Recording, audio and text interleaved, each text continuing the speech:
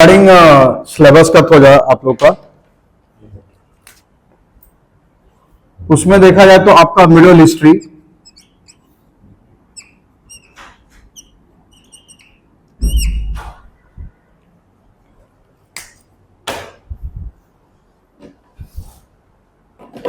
Middle history में almost कहा जा सकता है कि मुगल डायनेस्टी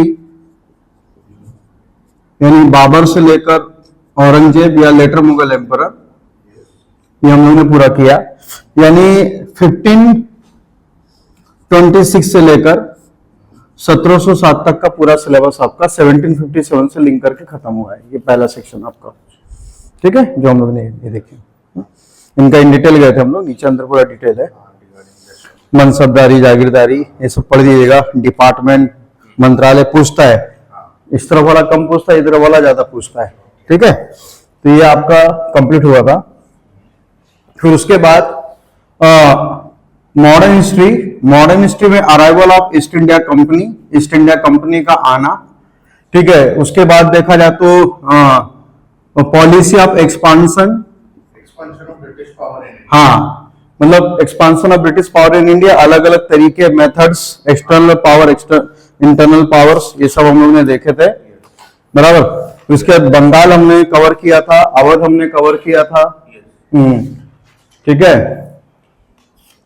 इकोनॉमिक पॉलिसीज हमने कवर की थी, लगान की, हाँ, ये सब वही सब है पूरा।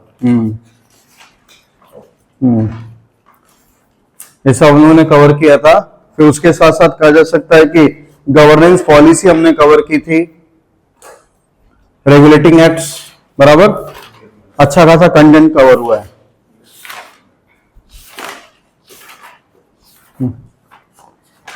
कॉलोनियल गवर्नेंस पॉलिसी,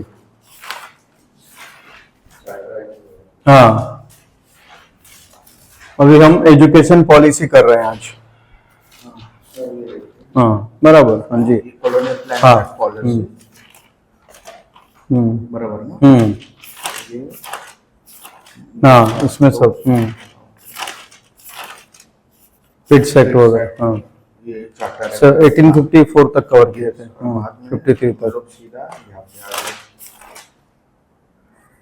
हाँ, चर्च ऑफ इंडियन, हाँ, ये भी किया हम लोगों ने, 1861 तक का, 53-61 तक का कवर किया पूरा, हाँ, लैंड, हाँ, पॉलिसी, कॉलोनियल लैंड रेंट, हाँ, वही लैंड ओनली मॉडल, सही है, क्लियर एकदम। तो अभी क्या है, मॉडर्न हिस्ट्री में हमारा आज का टॉपिक खत्म हो जाएगा ना, तो बचेगा इंडिया स्ट्रगल फॉर इंडिपेंडेंस, ठीक है, वो, हाँ, वही बचेगा, बाकी कुछ नहीं बचेगा।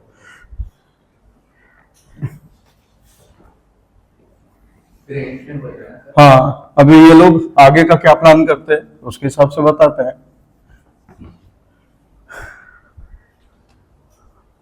आगे का मैंने बोला था, आपने जो जो सीक्वेंस में सीखा है, हाँ, वो सीक्वेंस फॉलो, उसी सीक्वेंस के हिसाब से पढ़ना है।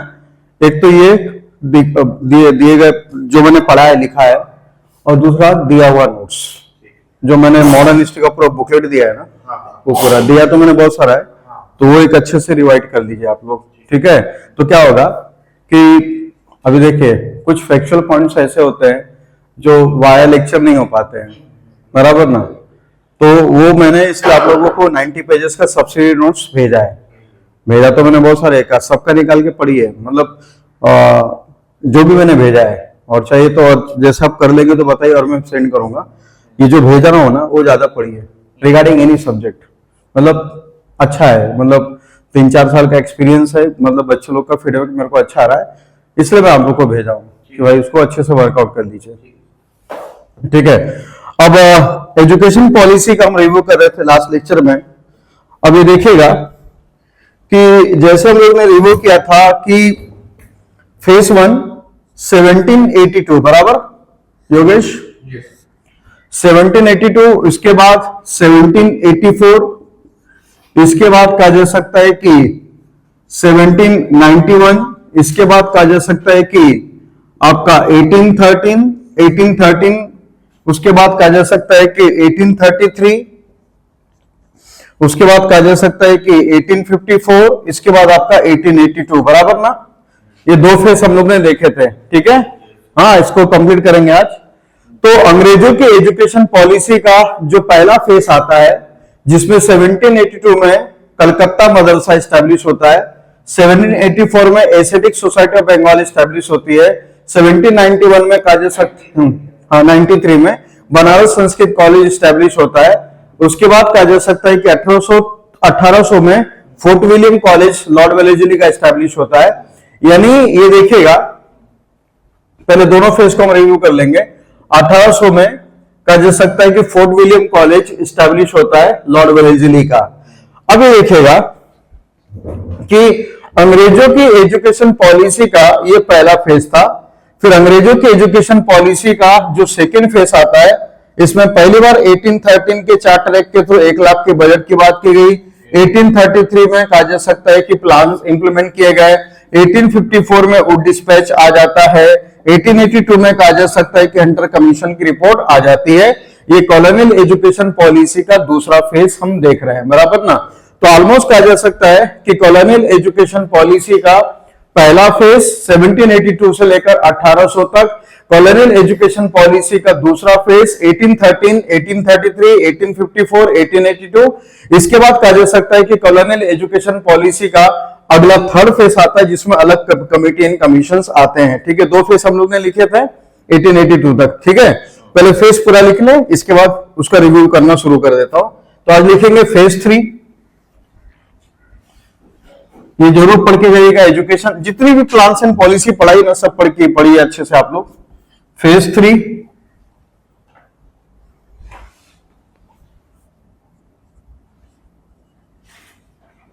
कॉलोनियल एजुकेशन पॉलिसी का फेज 3।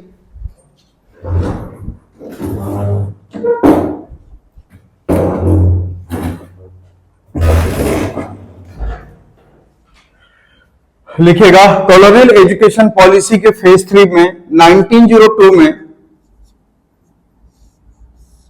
रैले कमीशन आता है। लिखते चलिए, टाइम कम है। फिर उसके बाद 1904 में यूनिवर्सिटी एक्ट आता है।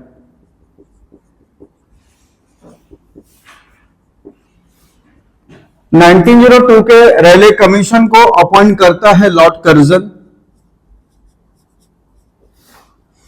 1904 के यूनिवर्सिटी एक्ट को पास करता है लॉर्ड कर्जन।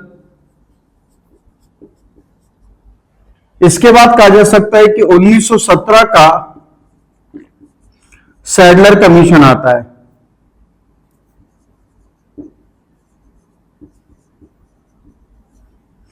और 1917 के सैडलर कमीशन के टाइम में governor general Lord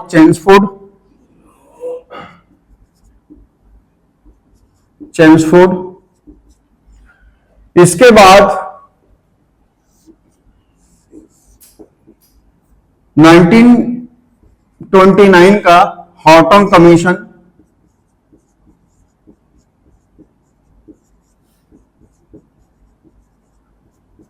Lord Irwin का। इसके बाद 1944 का सार्जेंट कमीशन, आखिरी कमीशन था ये।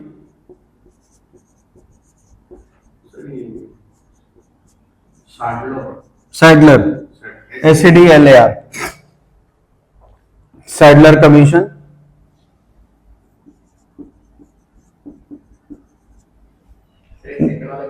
हाँ, university act.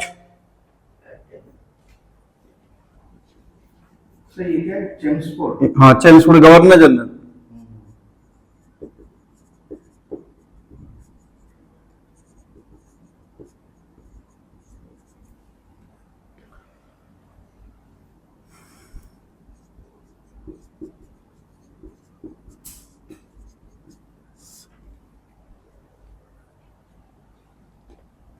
Sergeant commission Lord Wavell के टाइम में। किस गवर्नर जनरल के टाइम में आई थी वो जरूर याद रखिएगा। तो all over colonial education policy के 3 फेज हम देखते हैं। अंग्रेजों की शिक्षा नीति जो ऑलमोस्ट 1782 से स्टार्ट होती है, उसके बाद 1784 का प्रोसेस देखने को मिलेगा।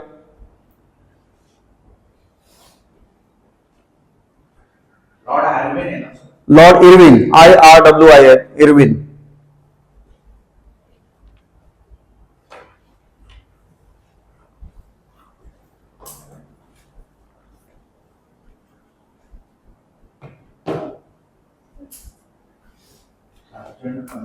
सार्जेंट कमीशन, सार्जेंट कमीशन आखिरी कमीशन था अंग्रेजों का इंडिया में एजुकेशन को लेकर, और सार्जेंट कमीशन जिसके थ्रू आया वो थे आपके Lord Wavell, contemporary governor general of India.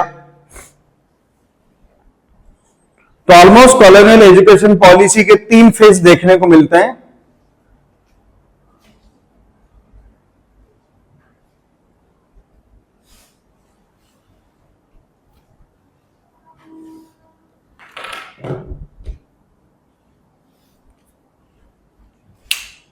ठीक है, 3 फेज है, हर एक फेज का रिव्यू करेंगे, उसके अंदर फैक्चुअल डेटा पॉइंट आएंगे जो आपको प्रीलिमिनरी के लिए काम में आ सकते हैं, और पूरा कंटेंट जब हम कवर करेंगे तो मेंस के लिए आपका काम आ जाएगा। ठीक है, पहले थोड़ा सा ब्रीफिंग लिखिए बीच की लाइन से, फिर शुरू करेंगे एक एक। लिखिएगा, the development of modern education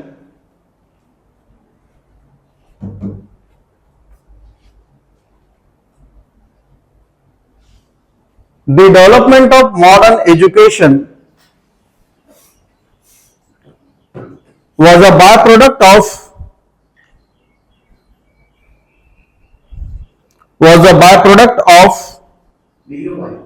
byproduct of British colonialism,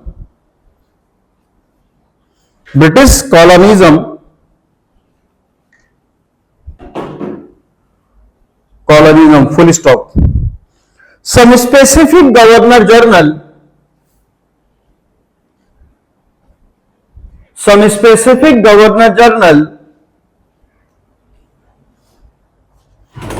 introduce various plans and policies.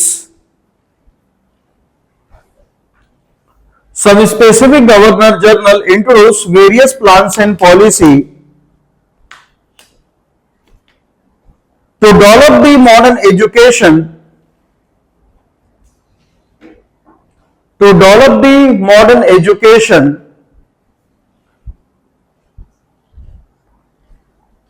on the ground of following objectives.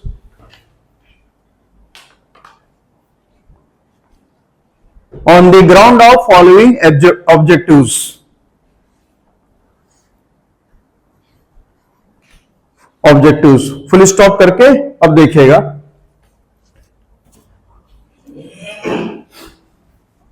Interesting है ये एकदम, मतलब लॉजिक क्या था उन लोगों का इस सब के पीछे।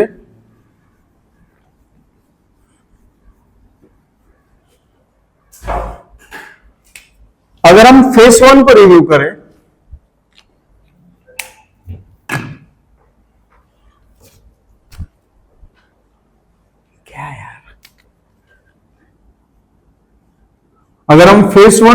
करें, तो फेस 1 में आपकी पहली आती है 1782 की कलकत्ता मदरसा।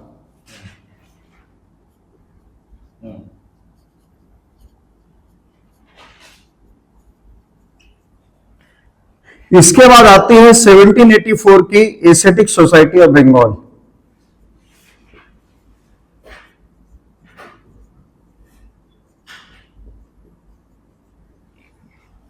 इसके बाद 1791 ना सर 1793 93 का आता है, और 1784 है एक्चुअली। हाँ 1793 में आता है आपका काजस Banaras Sanskrit college. David heron.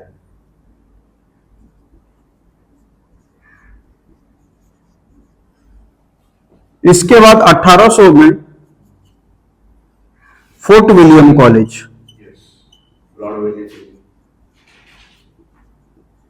Lord Wellesley का। ठीक है, ये अंग्रेजों की एजुकेशन पॉलिसी का फेस 1 आता है, जिसमें ऑलमोस्ट 4 बड़े स्टेप लिए गए। कलकत्ता मदरसा वॉरेन हेस्टिंग ने, Asiatic society of Bengal Warren Hasting का, Banaras Sanskrit college David Horen का, और लॉर्ड वेलेस्ली का कहा जा सकता है कि फोर्ट विलियम कॉलेज। इन सब के पीछे ऑब्जेक्टिव्स क्या था ये देखिएगा। अब जोड़िए, लिंक कीजिए, ठीक है, बोर्ड कब देखिएगा।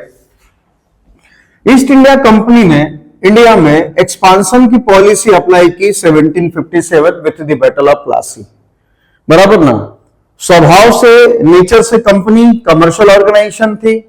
इंडिया को पॉलिटिकली कंट्रोल करना, टेक ओवर करना, ऐसा कहीं पर भी ब्रिटेन का ऑब्जेक्टिव्स नहीं था।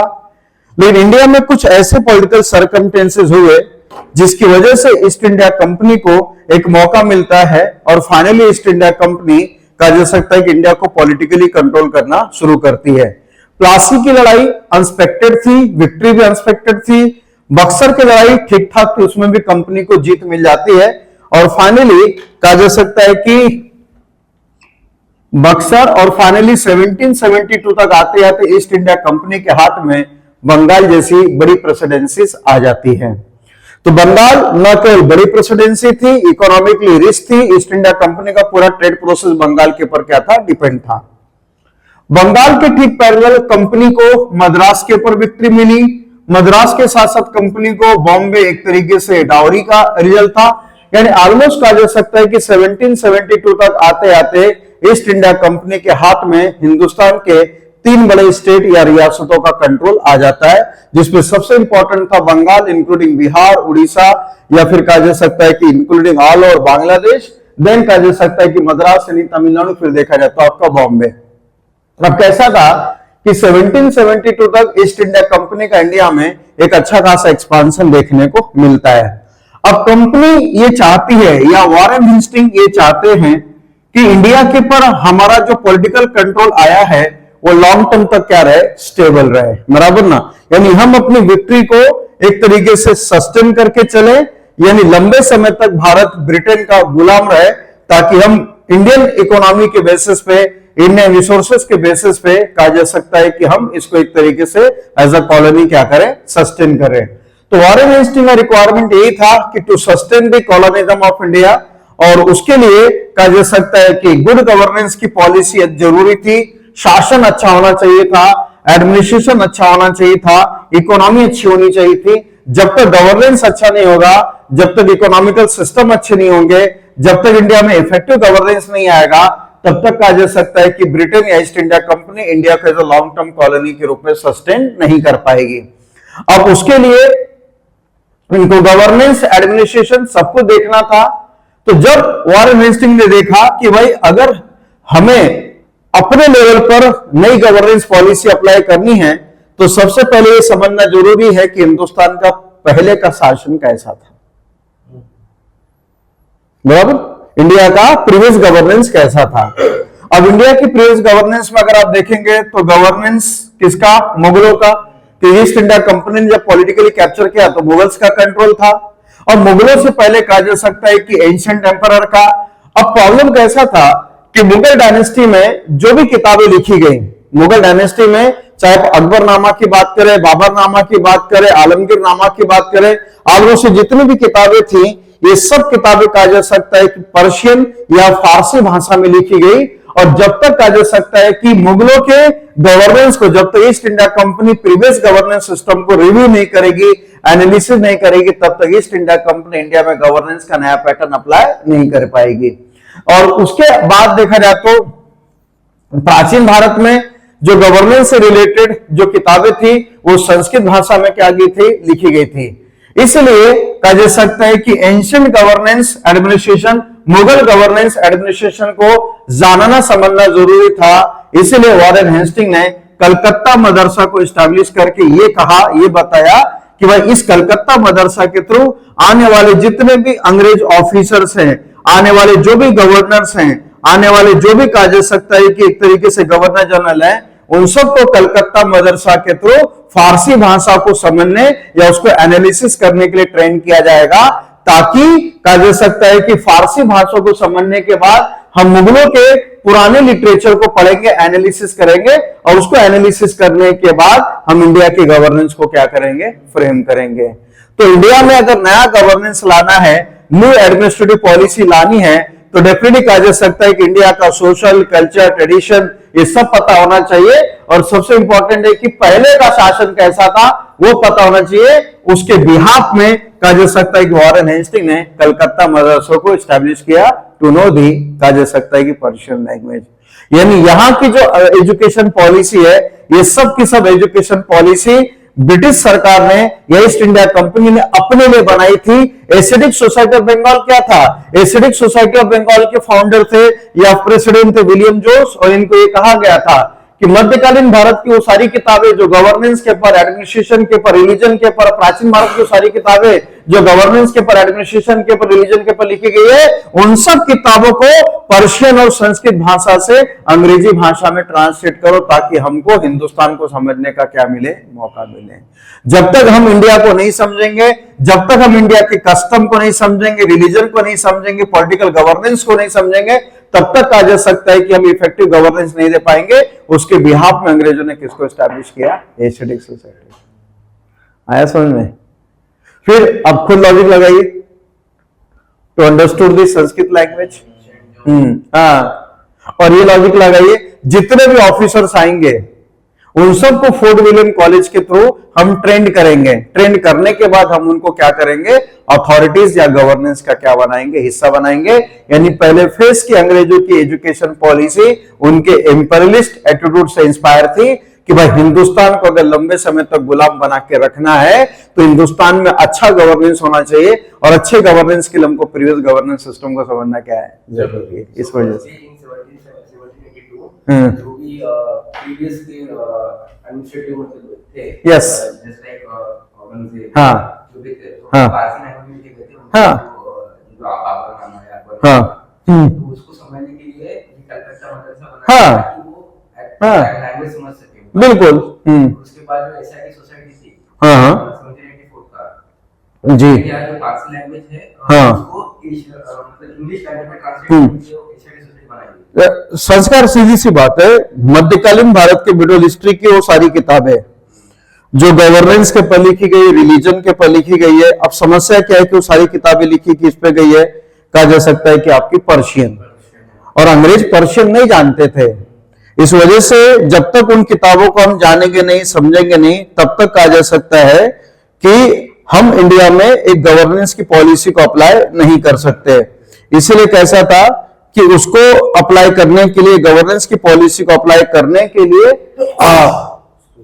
उस भाषा को समझना जरूरी था, उन किताबों को समझना जरूरी था। इसीलिए एशियाटिक सोसाइटी बंगाल के थ्रू ट्रांसलेशन करा दिया गया उन सब किताबों का जो चाहे फारसी भाषा में लिखी गई हो, चाहे संस्कृत भाषा में लिखी गई हो, चाहे पाली भाषा में लिखी गई हो, उन सब किताबों का ट्रांसलेशन कराया गया।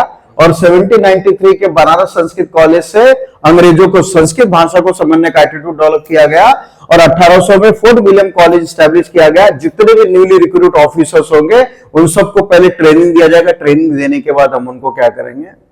ऑफर लेटर देंगे। यानी ये पहले फेज की जो एजुकेशन पॉलिसी है वो अंग्रेजों की कौन सी विचारधारा से इंस्पायर्ड है? इंपीरियलिज्म। यानी हर हाल में इंडिया में हमारा साम्राज्य क्या रहना चाहिए? कायम रहना चाहिए। इंडिया में साम्राज्य को कायम रखने के लिए, अपने एम्पायर को कायम रखने के लिए गुड गवर्नेंस जरूरी है, और गुड गवर्नेंस के लिए हमको प्रीवियस गवर्नेंस सिस्टम को समझना क्या है? जरूरी है। अपने इंडिया का कल्चर, यस, ट्रेडिशन हो गया, किताबें हो गई, क्योंकि जब तक आप देखे ना, अब अगर मान लीजिए कि आप लोग सिलेक्टेड हो गए यूपीएससी के लिए एज अ कलेक्टर, तो डायरेक्टली आपको पोर्टफोलियो नहीं मिलेगा। आपको पहले कम से कम 3 साल का आप लोग का ट्रेनिंग प्रोसेस होगा।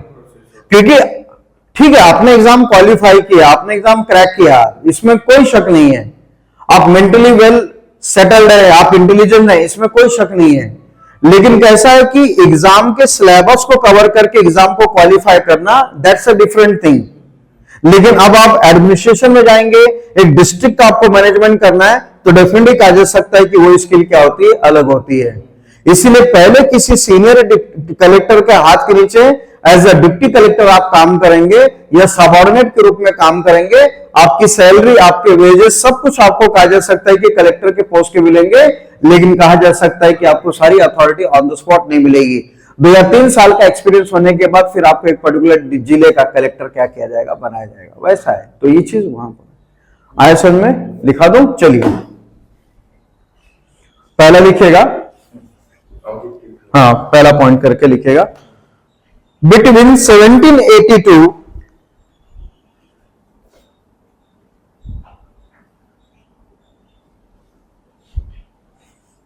between 1782 to 1800 1800 company's governor general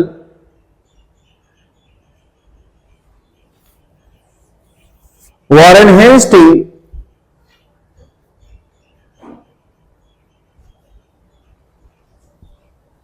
introduced various plans and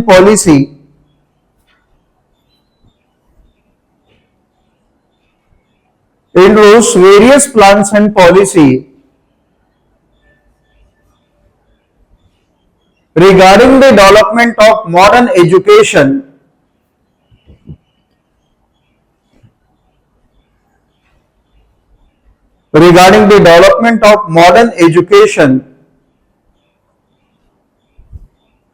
like for the proper understanding of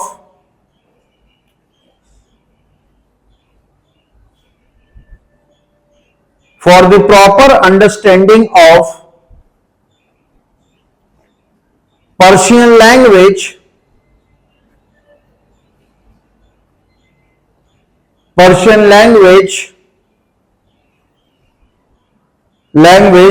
to European officers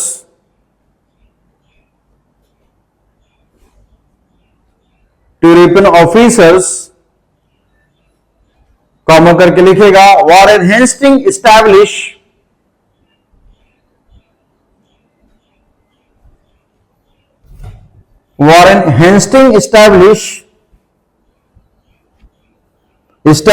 Calcutta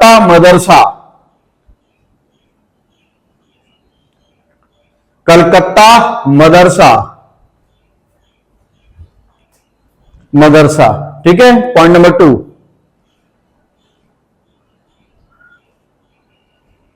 to know the ancient and Mughal governance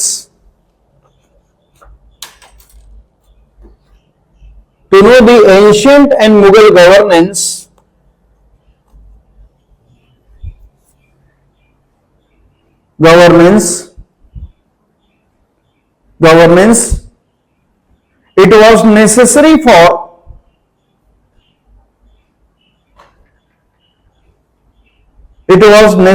for company to understood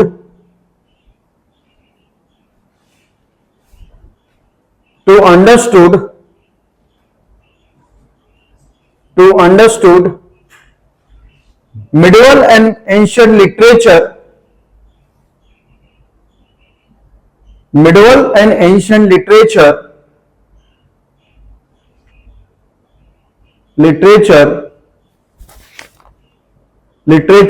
which were based on the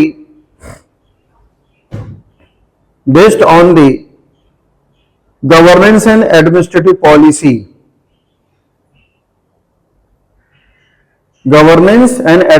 policy.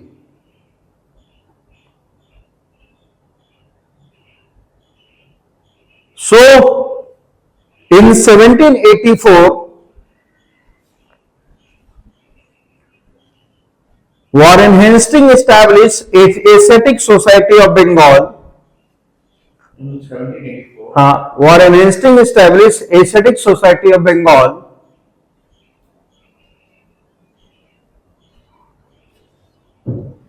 to translate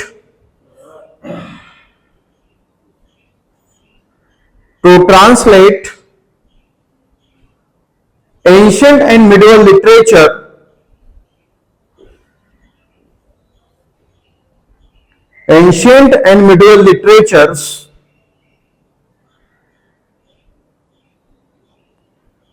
literatures from Sanskrit and Persian to English language.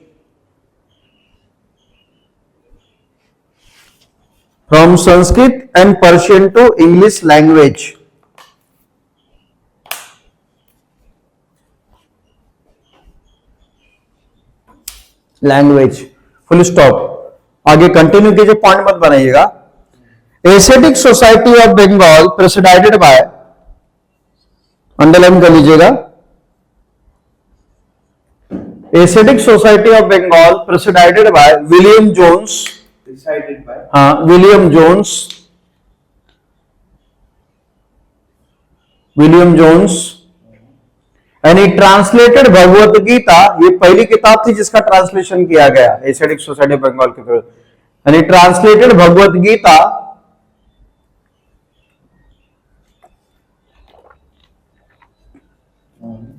दूसरा, उसके बाद translate किया गया Hitopadesha, HITO, Hitopadesha,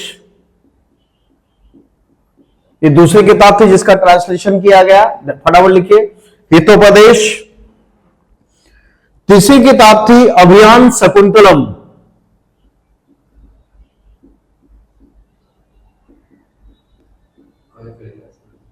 अभियान शकुंतलम कवि कालिदास की, इसको translate किया गया 1789 में। TALM हाँ, अभियान शकुंतलम TALM 1789 में इसका ट्रांसलेशन किया गया इंग्लिश लैंग्वेज में। इसके बाद ट्रांसलेट किया गया गीत गोविंद, जयदेव ने इस किताब को लिखा था, भगवान कृष्ण के ऊपर है, जयदेव। इसके बाद ट्रांसलेट किया गया Manusmriti,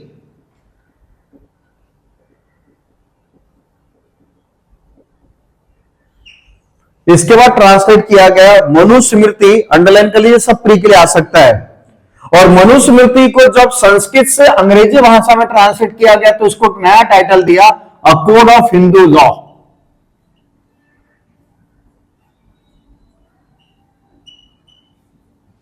a code of Hindu law, comma आगे लिखिएगा। इसके बाद ट्रांसलेट किया गया a code of Hindu law के टाइटल से Manusmriti.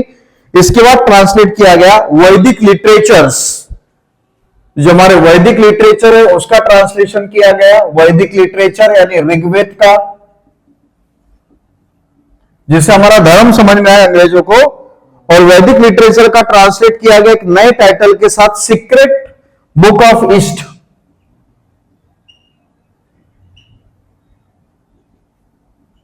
Book of east, with new title. Yes, Secret Book of East.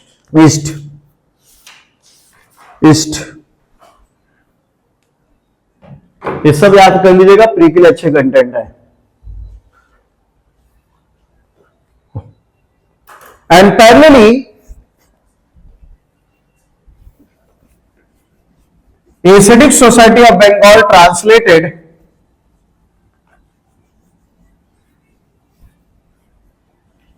and parallelly Asiatic Society of Bengal translated, yes yes, paragraph नहीं बदलना है ना, पॉइंट बनाना है, सब एशिया के एशियाटिक सोसाइटी ऑफ बंगाल के बारे में लिख रहे हैं। हाँ, parallelly Asiatic society of Bengal translated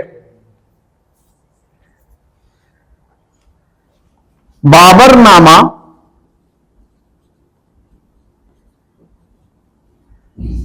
wrote by Babur,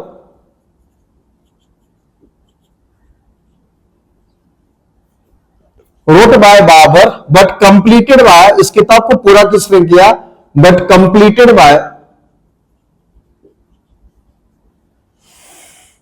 but completed by Mirza Haider,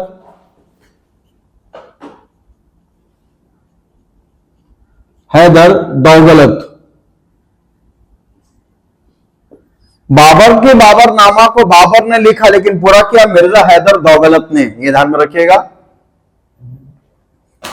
comma फटाफट लिखे हुमायूं नामा, सारी किताबों का ट्रांसलेशन हुमायूं नामा, रोट बाय हमीदा बानू बेगम,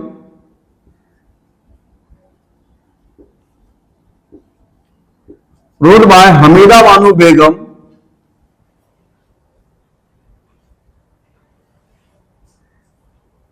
सारी किताबों का ट्रांसलेशन ताकि मुगल गवर्नेंस अच्छे से समझ पाए, हमीदा बानू बेगम, कॉमा तारीख ए रशीदी, तारीख ए रशीदी, तारीख ए Rashidi wrote by Mirza Haider Daulat,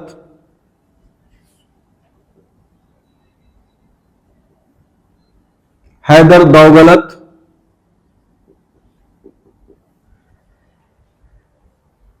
comma Akbarnama,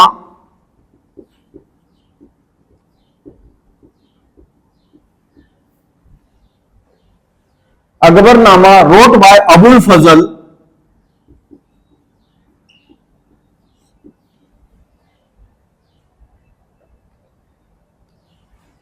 अगला Tuzuk Jahangiri,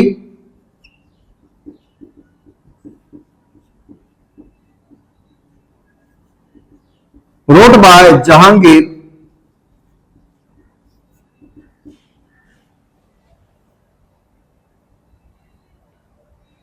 comma Muntakhab ul लुवाब,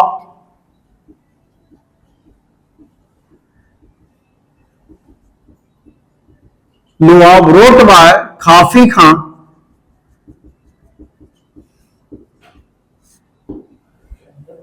मुनखत ul लुआब wrote by खाफी खां। मुगलों की सारी साहित्य का ट्रांसलेशन किया लोगों ने।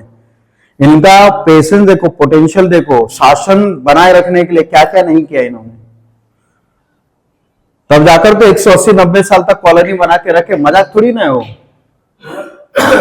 खाफी का, खाफी खां, ओके, बाय खाफी का। हाँ खाफी खां, क्लियर एकदम।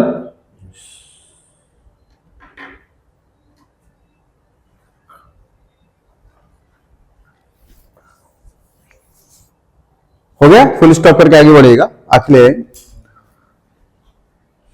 सो by the translation of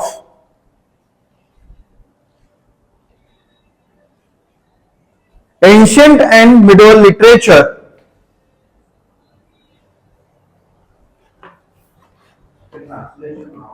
ancient and medieval literature,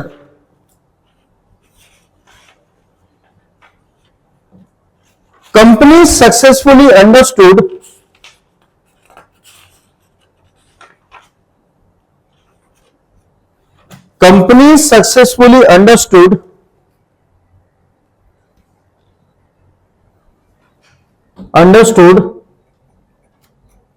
ancient and medieval governance,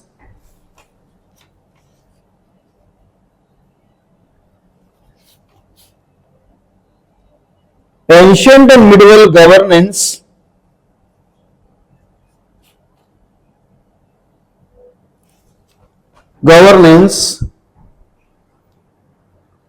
and applied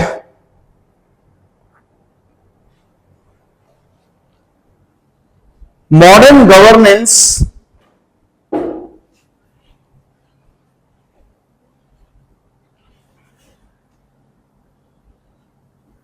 via 1773 Regulating Act,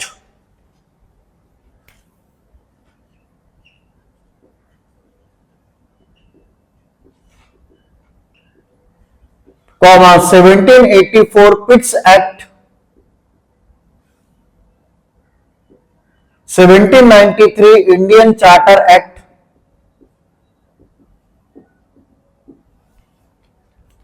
etc. etc. etc. etc. अगला पॉइंट बनाइए अभी। इन 1793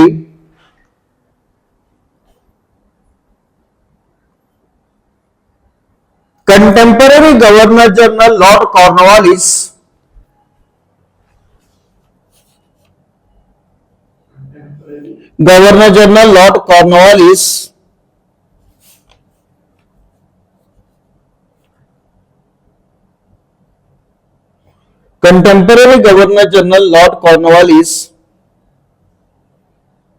establish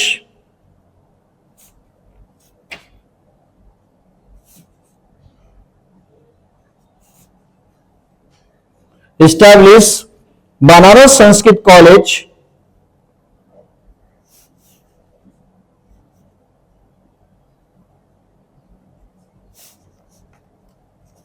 Banaras Sanskrit College by the support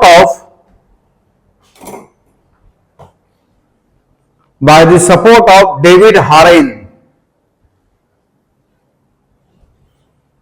By the support of David Harain, to understood Sanskrit language,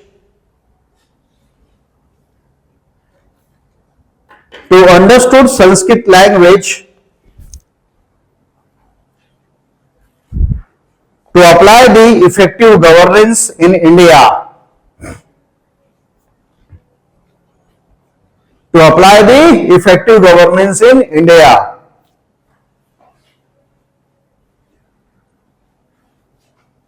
और आखिरी face 1 का आखिरी बन गया ना क्वेश्चन मेंस का, लिखेगा अगला नेक्स्ट पॉइंट बना लीजिए। इन 1800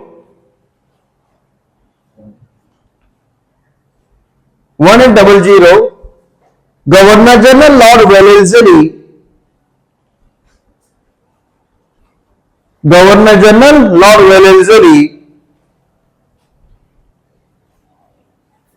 established Fort William College at Calcutta. Fort William College at Calcutta.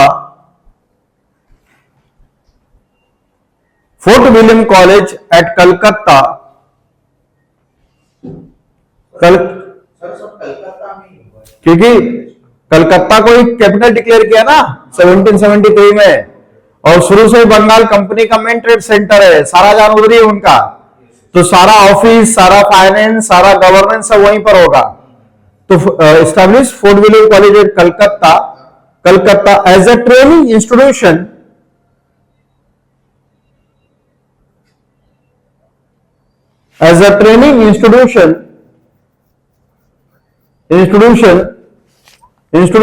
for newly recruit officers,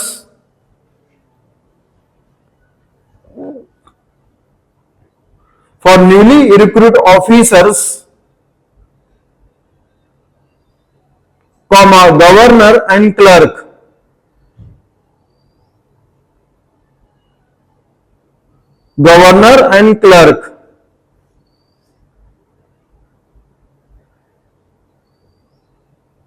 but later, इसको बंद कर देंगे कुछ समय के बाद, but later it was replaced by, इसको बंद किया गया, but later it was replaced by हेरी बेली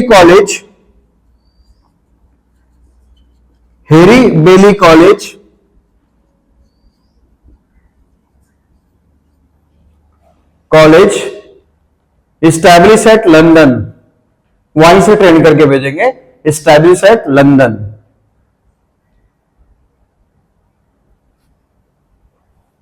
ठीक है, अब कुल मिलाकर हम बोल सकते हैं ना संस्कार कि पहले फेज का जो अंग्रेजों का एजुकेशन पॉलिसी था वो अंग्रेजों की इंपीरियलिस्ट साम्राज्यवादी सोच से क्या थी, इंस्पायर्ड थी कि एनी हाउ किसी भी सिचुएशन में हमें इंडिया को as a long term colony क्या करना है, सस्टेन करना है। तो लिखिए मेंस का क्वेश्चन नंबर 1 लिखिएगा, justify with the specific example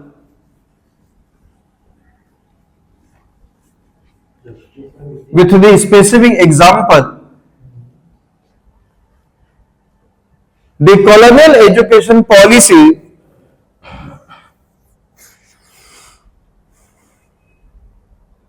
between 1782 to 1800, 1782 to 1800 inspired from the imperialist attitude,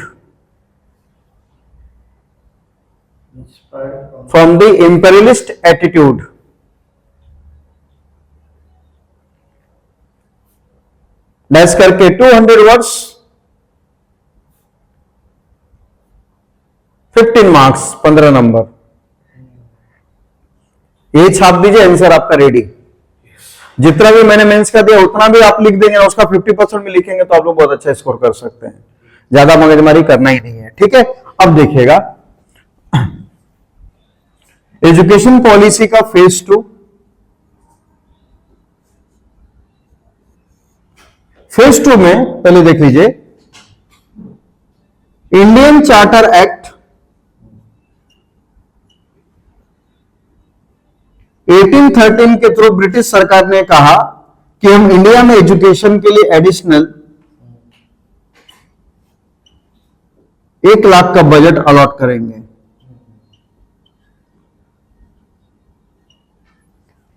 अभी देखिएगा, लेकिन ऑन द स्पॉट ये पॉलिसी अप्लाई नहीं की गई।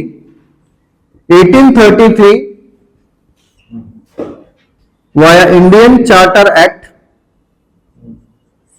उदरन गवर्नर जनरल के पोस्ट पर आए थे Lord William Bentinck. Lord William Bentinck ने एक बंदे को अपॉइंट किया जिसका नाम था लॉर्ड मैकाले। लॉर्ड मैकाले को कहा कि आप इंडिया के लिए एजुकेशन मॉडल तैयार कीजिए। implemented by Lord William Bentinck। हाँ, तो गवर्नर जनरल था, लेकिन इसने अपॉइंट किया लॉर्ड मैकाले को और ये कहा कि इंडिया में आप एजुकेशन के लिए एक मॉडल तैयार कीजिए, खास करके बंगाल, बिहार, सॉरी बंगाल, मद्रास और बॉम्बे प्रेसिडेंसी के लिए। Downward filtration theory. हाँ, तो लॉर्ड मैकाले ने इन तीनों स्टेट में एजुकेशन के लिए जो मॉडल प्रपोज किया, downward filtration theory, by Lord Macaulay. हाँ, filtration theory. Downward filtration theory 1834 में अप्लाई होती है, लेकिन बाय डिफॉल्ट ये फेल हो जाती है। फिर इसके बाद इंडिया में एजुकेशन के लिए कॉम्प्रिहेंसिव मॉडल आता है 1854 का वुड डिस्पैच।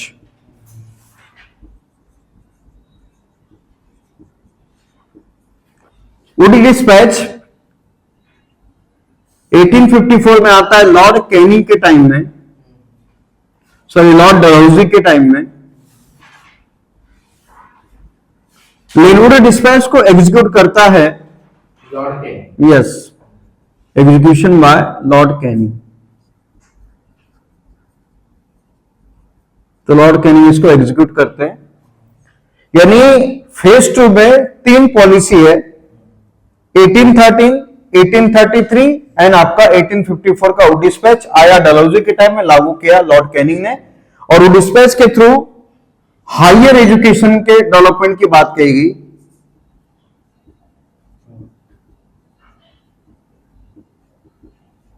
हायर एजुकेशन के साथ साथ इंग्लिश मीडियम में एजुकेशन की बात कही गई। और डिस्पैच के थ्रू पहली बार बॉम्बे, मद्रास और कलकत्ता, ये तीनों एरिया में यूनिवर्सिटी लगा दी गई।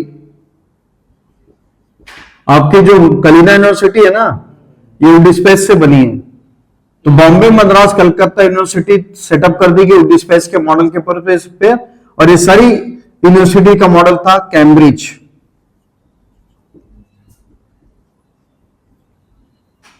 कैम्ब्रिज यूनिवर्सिटी के मॉडल पर बनाई गई। ठीक है, तो 1854 तक आते आते कलकत्ता या 1854 में प्रपोज किया गया, और आगे चलकर बंबई, मद्रास, कलकत्ता यूनिवर्सिटी स्टैब्लिश होती है 1854 के डिस्पैच के मॉडल पर, और पैटर्न क्या था, कैम्ब्रिज यूनिवर्सिटी का। तो ये एजुकेशन पॉलिसी का सेकेंड फेज है। अब ये देखिएगा, अब यहां पर जो एजुकेशन पॉलिसी है उसका पर्पस क्या है। अब देखिए, संस्कार साल कितना है, 1813। अब देखिएगा, 1757 से ईस्ट इंडिया कंपनी ने एक्सपांशन शुरू किया। ऑलमोस्ट ईस्ट इंडिया कंपनी ने 1856 तक आते आते अपने एक्सपांशन को क्या रखा, कंटिन्यू रखा। लेकिन 1757 से लेकर 1813 के बीच में ईस्ट इंडिया कंपनी ने हिंदुस्तान का अमूमन मैक्सिमम पोर्शन क्या किया, टेक ओवर कर लिया। अब इंडिया के मैक्सिमम पोर्शन के ऊपर कंट्रोल किसका है, कंपनी का। तो इंडिया का अगर ईस्ट इंडिया कंपनी का इंडिया में अगर पॉलिटिकल एक्सपांशन बढ़ रहा है संस्कार, तो पॉलिटिकल एक्सपांशन बढ़ने के साथ साथ गवर्नेंस की लायबिलिटी भी क्या हो रही है, बढ़ रही है, बराबर ना। ट्रेडिंग कारोबार भी क्या हो रहा है, बढ़ रहा है। तो इसकी वजह से अब ईस्ट इंडिया कंपनी को चाहिए कहा जा सकता है कि सस्ते क्लर्क जो कम पैसे में ईस्ट इंडिया कंपनी के लिए क्लर्किंग का वर्क कर सके। क्योंकि ईस्ट इंडिया कंपनी अभी तक अपने जितने भी ऑफिशियल वर्क होता था, क्लरिकल वर्क होता था, इन सब को करने के लिए लंदन या ब्रिटेन से क्लर्क एक तरीके से हायर करती थी, जिसकी वजह से उनकी इनकम का बहुत बड़ा हिस्सा उनकी सैलरी या दूसरी चीजों में क्या हो जाता था, खर्च हो जाता था। तो कंपनी ने सोचा कि हमारा एक बड़ा हिस्सा, हमारी प्रॉफिट का एक बड़ा हिस्सा सैलरी या दूसरी चीजों में खर्च हो रहा है, क्यों ना हम थोड़े से पैसे से इंडिया में वेस्टर्न एजुकेशन पॉलिसी को डेवलप करें, लोगों को अंग्रेजी भाषा में एक तरीके से टीच करें, एजुकेट करें, और टीच करने या एजुकेट करने के बाद जब उनको कमांड आ जाएगी तब हम उनको एज ए चीपर लेवल पर अपने क्लरिकल रिक्वायरमेंट के लिए क्या करेंगे, रिक्रूट करेंगे। इससे दो फायदा होगा। पहला कि हमारा जो एक्सपेंडिचर है वो तो कम होगा ही होगा, और जब इंडियन पीपल जब अंग्रेजी भाषा के साथ कनेक्ट होगा, वेस्टर्न एजुकेशन के साथ कनेक्ट होगा, तो वेस्टर्न कल्चर के साथ कनेक्ट होगा, उनको कन्वर्ट करने में आसानी हो जाएगी, और जब ईस्ट इंडिया कंपनी का एम्प्लॉय बनेगा तो ये Indian indirectly east India company Britain को क्या करेंगे, सपोर्ट करेंगे, और इसकी मदद से हम इंडिया के ऊपर और भी लंबे समय तक शासन कर सकते हैं। यानी सेकेंड फेज की अंग्रेजों की जो एजुकेशन पॉलिसी थी, इसमें भी इंपीरियलिज्म और मर्केंटलिज्म यानी एम्पायर और कहा जा सकता है कि फाइनेंशियल का इंटरेस्ट क्या होता है, दिखाई देता है। खर्चा भी कम हो, लोग हमारे तरफ बने रहे, और कहा जा सकता है कि हम उनसे चीपर लेवल पर अपने सारे रिक्वायरमेंट क्या करें, फुलफिल कराएं। ये सेकेंड फेज की एजुकेशन पॉलिसी का क्या था, ऑब्जेक्टिव था। आगे समझ में? ठीक है, ये डायग्राम बनाइए, कंटेंट लिख लीजिए, फिर इसको मैं एलोबरेट कर देता हूं, तो आपका सेकंड क्वेश्चन बनेगा। जल्दी फास्ट कंप्लीट हो जाएगा आज।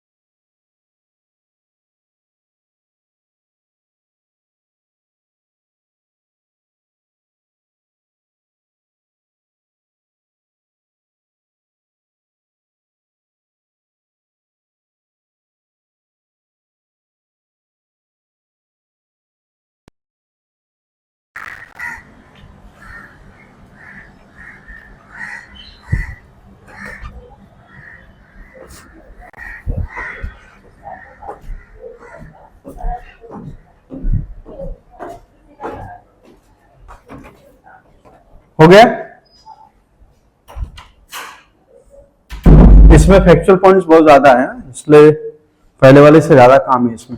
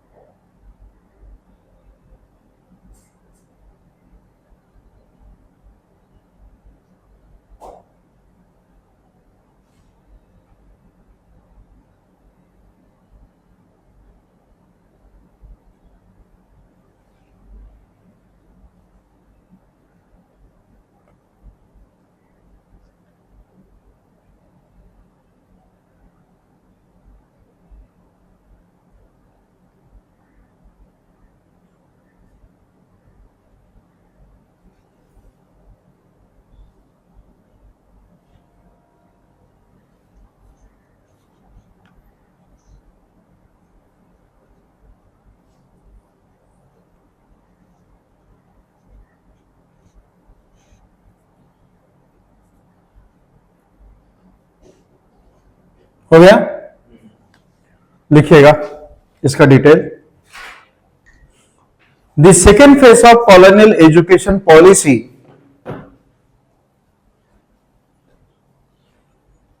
पॉइंट 1 कर लीजिए बोले, the second phase of colonial education policy,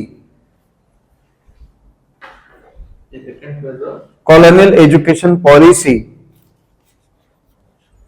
inspired from the theory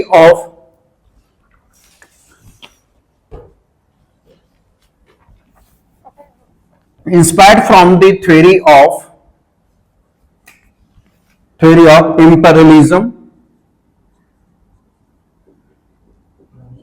mercantilism, and mercantilism.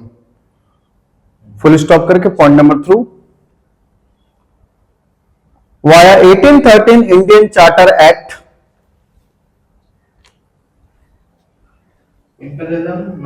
हाँ दूसरा पॉइंट, साम्राज्यवाद भी और पैसा भी बचाना, प्रॉफिट ज्यादा जनरेट करना। अगला point, via 1813 Indian Charter act, Britain made a provision, हाँ 1813 इंडियन चार्टर एक्ट, 1813 बोला ना, via 1813 Indian Charter act, Britain made a provision for the allotment of additional,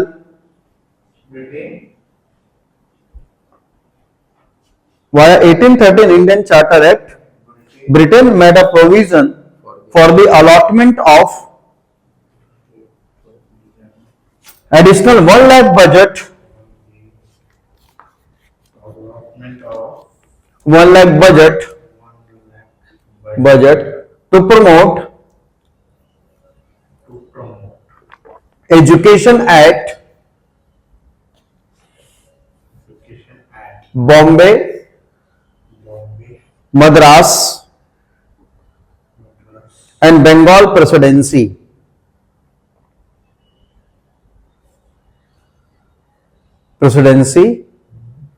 But it was, इसको लागू कब किया गया? But it was executed by Lord William Banting,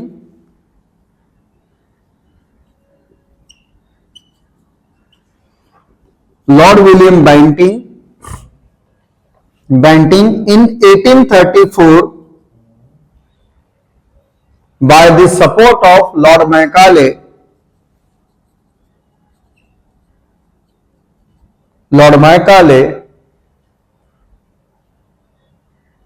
who suggested for downwell filtration theory.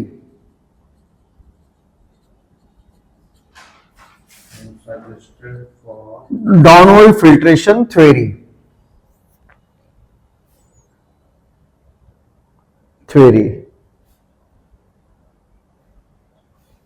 अगला पॉइंट, before the formulation of downward filtration theory,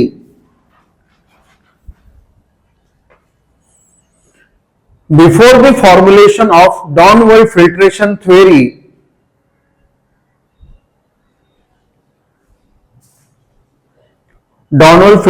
theory, comma करके, Lord William Bentinck appointed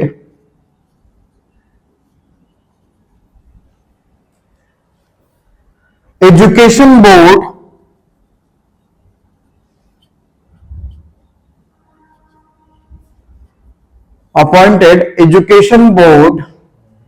at Bombay, Madras, Calcutta.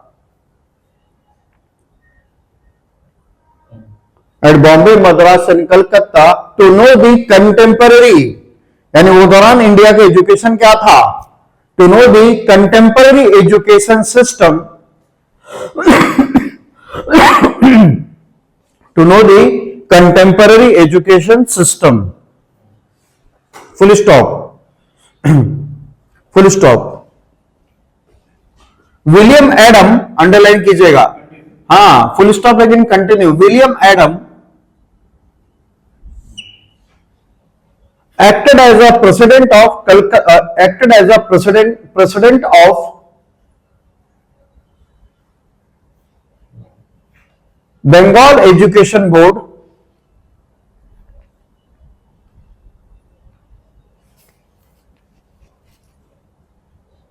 comma Elphinstone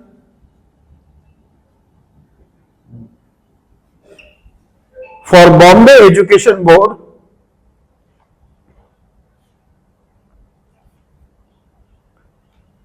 अब समझ में आया? Elphinstone college कहां बना, कैसे बना? यहां बना। एल्फिस्टन कॉलेज 1834 में डोनल फिल्ट्रेशन थ्योरी में इंडिया में बना था। अब जैसे बंगाल एजुकेशन बोर्ड का अध्यक्ष कौन था? William madam. Bombay education board का अध्यक्ष कौन था? एल्फिस्टन। मद्रास एजुकेशन बोर्ड का अध्यक्ष था कर्नल रीड। इन तीनों ने यह कहा कि इंडिया की जो शिक्षा है, यानी वो दौरान की, उनका ये कहना था कि इंडिया की जो एजुकेशन है वो वर्नाकुलर लैंग्वेज में चल रही है। इनका ये कहना था, बोले ये कहना ये चाहते थे कि भाई इंडिया की education, contemporary education vernacular language में है। अगर हमने बंगाल का सर्वे किया है तो बंगाल में बंगाली भाषा में पढ़ाई चल रही है। हमने बॉम्बे का सर्वे किया है, बॉम्बे में मराठी भाषा में पढ़ाई चल रही है। हमने मद्रास का सर्वे किया है और मद्रास में तमिल भाषा की में पढ़ाई चल रही है। लोग अंग्रेजी भाषा से टोटली क्या है, अननोन है। और अगर हम ऐसी सिचुएशन में कंप्लीट वेस्टर्न एजुकेशन पॉलिसी अगर अप्लाई करते हैं तीनों प्रेसिडेंसीज में, तो 100% क्या होगी, फेल होगी, क्योंकि लोगों के लिए अंग्रेजी क्या है, नई भाषा है। तो हमें प्रॉपर तरीके से रिस्पॉन्ड नहीं मिलेगा। तो इन तीनों ने वेस्टर्न एजुकेशन या एजुकेशन वाया अंग्रेजी मीडियम, अंग्रेजी भाषा के ये अगेंस्ट चले गए कि ये नहीं सफल हो पाएगा। लेकिन कैसा था कि लॉर्ड विलियम बेंटिंग या फिर लॉर्ड मैकाले नहीं माना, और लॉर्ड मैकाले ने बोला कि इंडिया की एजुकेशन वेस्टर्न कल्चर पे ही सेटअप होगी, क्योंकि अगर हम अंग्रेजी भाषा में एजुकेट नहीं करेंगे तो एजुकेशन के प्रमोशन का फायदा क्या हमें मिलेगा? हमें चाहिए चीपर क्लर्क, और कंपनी का पूरा काम किस में रहा है? अंग्रेजी भाषा में। तो हमें चाहिए चीपर क्लर्क, और हम अंग्रेजी भाषा के थ्रू इंडिया में वेस्टर्न कल्चर डेवलप करेंगे ताकि इंडियन मासेस को हम वेस्टर्नाइज बना सके, ताकि कन्वर्ट करने में आसानी हो जाए, यानी हिंदू धर्म से क्रिश्चियन धर्म में, यानी हमको राज करने में क्या होगी, आसानी होगी। फिर हम इनको ईस्ट इंडिया कंपनी का एम्प्लॉय बनाएंगे। जैसे ईस्ट इंडिया कंपनी के एम्प्लॉय बनेंगे, इनको 4 पैसा मिलेगा, तो हमेशा ये ईस्ट इंडिया कंपनी को क्या करेंगे, सपोर्ट करेंगे। और इन सब का अंग्रेजों को इतना जबरदस्त फायदा हुआ, 1857 की क्रांति में एजुकेटेड मासेस ने अपने आप को आइसोलेट कर दिया कि हम इस क्रांति का हिस्सा नहीं बनेंगे, क्योंकि ज्यादातर एजुकेटेड मासेस क्या हो गए, कंपनी के एम्प्लॉय, उनको 4 पैसा मिल रहा है, स्टेटस अच्छा है। तो उन्होंने अपने आप को 1857 के रिवोल्ट से आइसोलेट किया, जिसकी वजह से 1857 की क्रांति अनऑर्गेनाइज हो जाती है। अब 1857 की क्रांति में कौन है? किसान। वो क्या पढ़ा लिखा है, वो क्या ऑर्गेनाइज करेगा? Labour, Kings of princely state. तो ऑलमोस्ट कहा जा सकता है एजुकेशन मासेस की लैकिंग की वजह से 1857 का रिवोल्ट अनऑर्गेनाइज हुआ, जिसको दबाने में कंपनी को क्या हो गई, आसानी हो गई। क्लियर एकदम?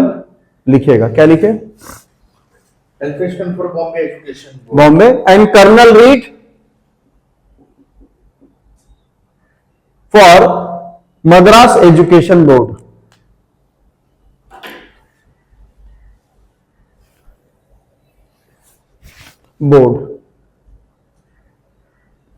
अगला point,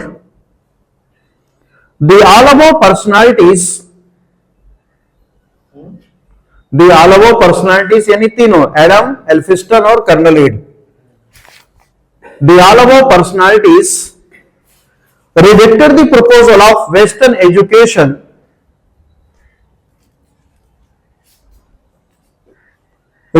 the proposal of Western education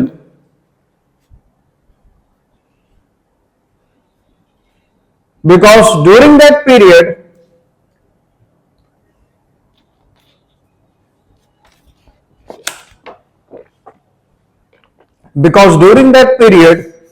Indian follow vernacular language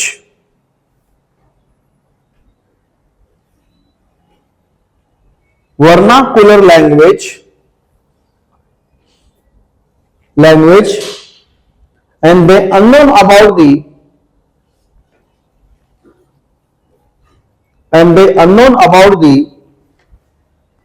the English language.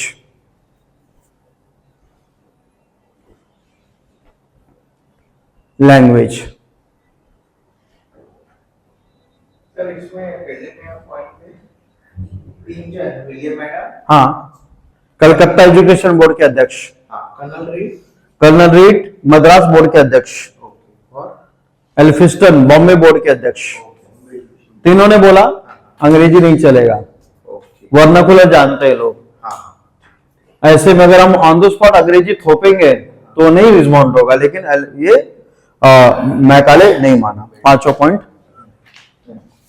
लिखिएगा। But Lord Macaulay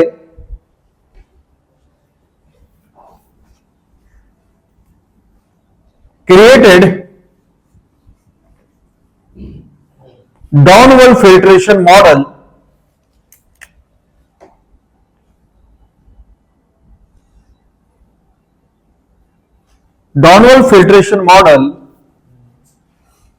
to promote Western education in India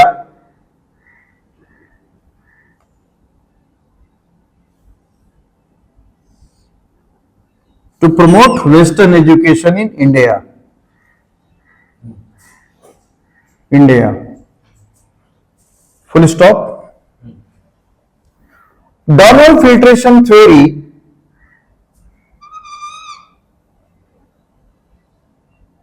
completely based on the Western education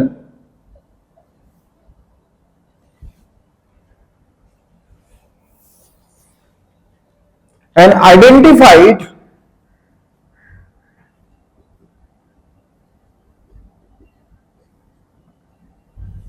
some selective groups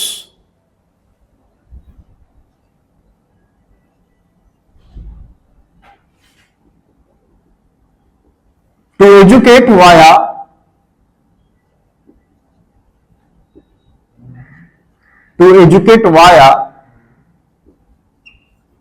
modern education.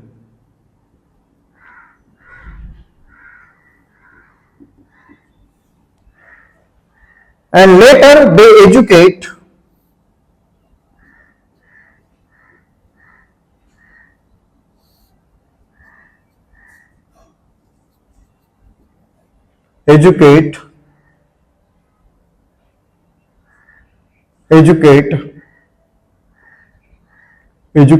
the masses of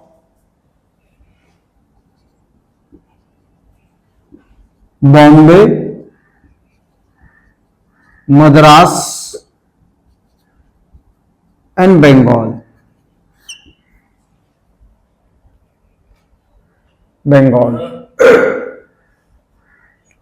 अगला पॉइंट, under downward filtration theory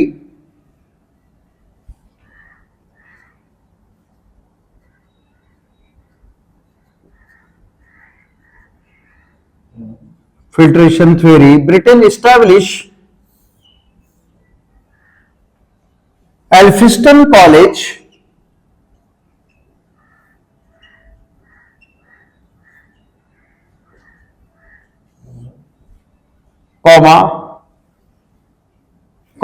Calvin College,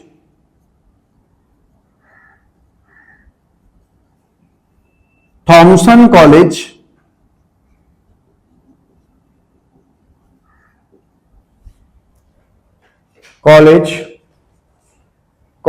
in the different region of India.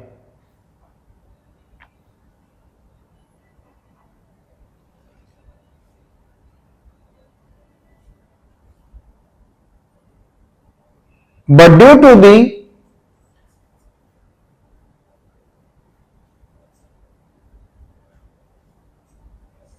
westernized education policy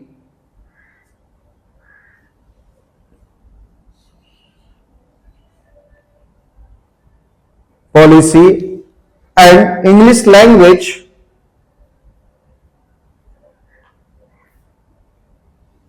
it was not properly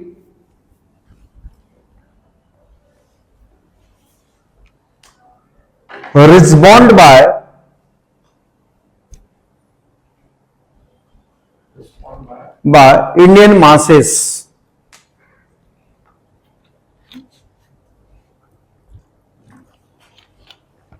So it's become failed. so It's become failed,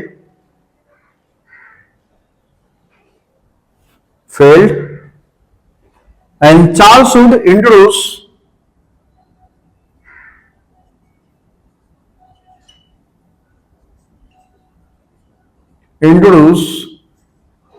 would dispatch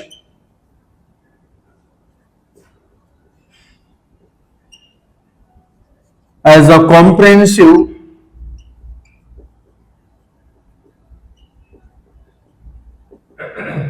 education system for India.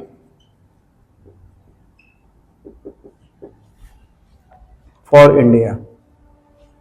ये diagram बना लीजिए आप लोग नीचे। इसके बाद देखेंगे वो डिस्पैच को।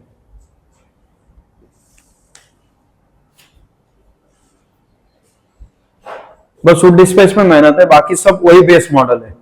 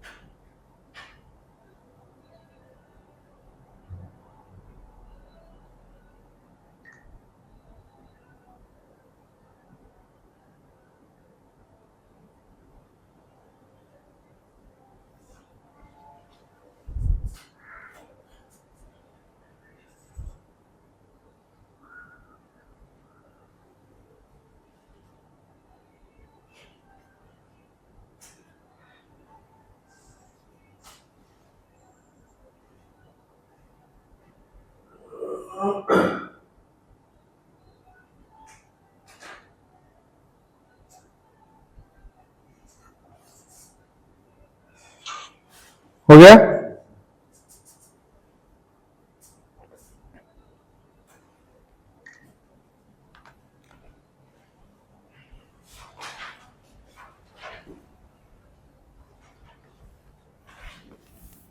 खाली वाला पॉइंट।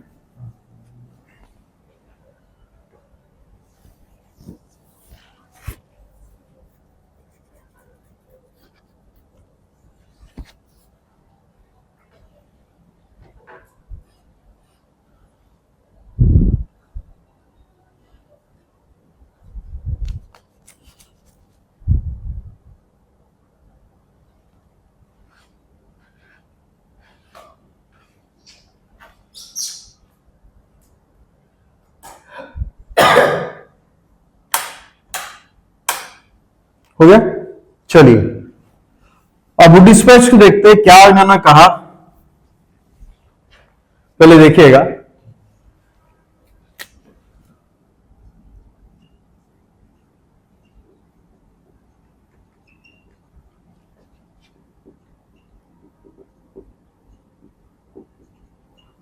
ये हमेशा ध्यान रखिएगा कि वुड डिस्पैच की प्रायोरिटी थी इंडिया में वेस्टर्न एजुकेशन के लिए, कि एजुकेशन हम वेस्टर्न मॉडल पे देंगे, वेस्टर्न एजुकेशन। और दूसरी प्रायोरिटी थी हायर एजुकेशन।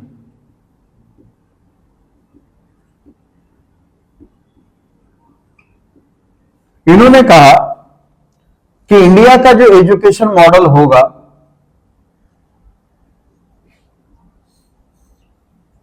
वो ऑलमोस्ट कहा जा सकता है कि 3 टियर सिस्टम के ऊपर बेस होगा।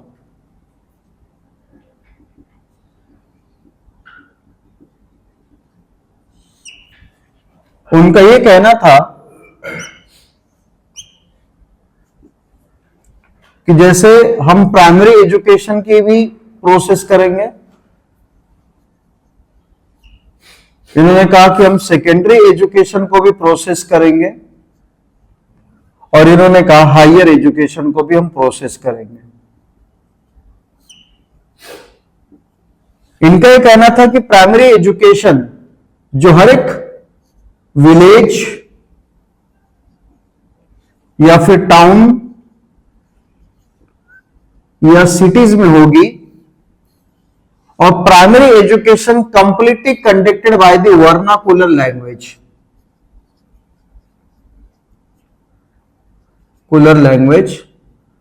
तो हम वर्नाकुलर लैंग्वेज में ही प्राइमरी एजुकेशन के थ्रू लोगों को एजुकेट करेंगे। इसलिए पूरे भारत में चाहे गांव हो, चाहे टाउन हो, चाहे शहर हो, जहां पर भी प्राइमरी एजुकेशन हम सेटअप करेंगे वो वहां की वर्नाकुलर भाषा में होगी, चाहे बॉम्बे, मद्रास, कलकत्ता। फिर उन्होंने कहा कि यानी कि पहली से लेकर 5वीं, 1st to 5th। फिर उन्होंने कहा कि 6 to कहा जा सकता है कि आपका 10th तक का जो सेकेंडरी एजुकेशन है। उन्होंने कहा कि सेकेंडरी जो एजुकेशन होगा उसके लिए उन्होंने कहा कि 2 मीडियम होंगे, या तो बच्चा पूरी तरीके से इंग्लिश मीडियम में कंडक्ट कर सकता है,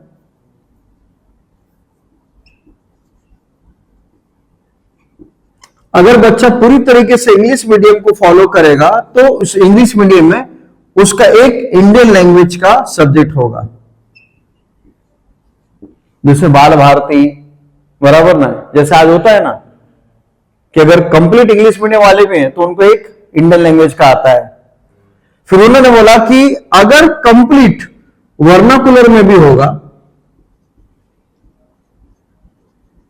तो उसको एक सब्जेक्ट जो बोलते हैं लैंग्वेज का, वो अंग्रेजी भाषा में फॉलो करना पड़ेगा।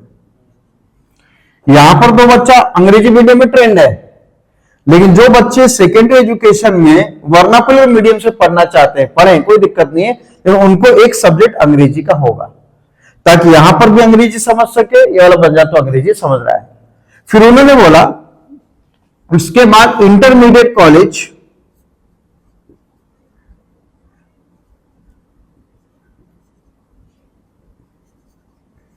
यानी आपका 11th से लेकर 12th तक का पूरा इंटरमीडिएट कॉलेज बच्चों को हम अंग्रेजी भाषा में कंडक्ट करेंगे। और हायर एजुकेशन यानी कि इससे ऊपर के लेवल का एजुकेशन भी हम अंग्रेजी भाषा में क्या करेंगे, कंडक्ट करेंगे। तो इनका यह कहना था कि जैसे डॉलर फिल्ट्रेशन थ्योरी में लॉर्ड मैकाले ने सीधे अंग्रेजी भाषा को अप्लाई किया, उनका यह कहना था कि हम ऐसा नहीं करेंगे। बच्चों की पढ़ाई उनके खुद के मातृत्व भाषा में देंगे, धीरे धीरे अंग्रेजी का कंटेंट उनके अंदर डेवलप करेंगे। जब सेकेंडरी स्कूल तक आते आते जब अंग्रेजी के साथ वेल कनेक्ट हो जाएंगे तो फिर इंटरमीडिएट कॉलेज हम अंग्रेजी भाषा में देंगे और हायर एजुकेशन भी हम कंप्लीट इंग्लिश मीडियम में देंगे। इससे कहा जा सकता है कि बच्चों को हमारे सिस्टम को अडेप्ट करने में क्या होगी, आसानी होगी। इसी पैटर्न पर कहा जा सकता है कि साथ ही साथ इन्होंने ये कहा कि भाई देश में जितने भी स्टेट्स हैं, खास करके बॉम्बे के लिए बॉम्बे यूनिवर्सिटी, मद्रास के लिए मद्रास यूनिवर्सिटी, कलकत्ता के लिए कलकत्ता यूनिवर्सिटी का इन्होंने प्रपोजल दिया। साथ ही साथ उन्होंने कहा कि भाई हम वुमेन एजुकेशन को भी क्या करेंगे, एनकरेज करेंगे। साथ ही साथ इन्होंने वोकेशनल कोर्सेज को भी इन्होंने प्रमोट करने की बात की कि हम बच्चों को ऐसे एजुकेट करेंगे कि उसके अंदर कोई स्किल डेवलप हो जिसके बेसिस पर अपना एक तरीके से सेल्फ ग्रुप बना सकता है या एम्प्लॉय क्या कर सकता है, जनरेट कर सकता है। विजन अच्छा था और ये मॉडल बहुत कुछ हद तक इंडिया में सक्सेसफुली क्या हुआ, कंडक्ट हुआ। डायग्राम बने, फिर फीचर लिखा देता हूं। वुड डिस्पैच, इसी के ऊपर आगे का सारा मॉडल रहेगा, कोई बदलाव नहीं होगा। और ये आज भी है ना, ये आज भी है। हाँ,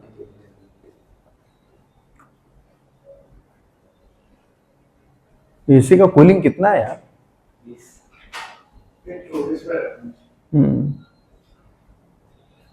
नुकसान पर।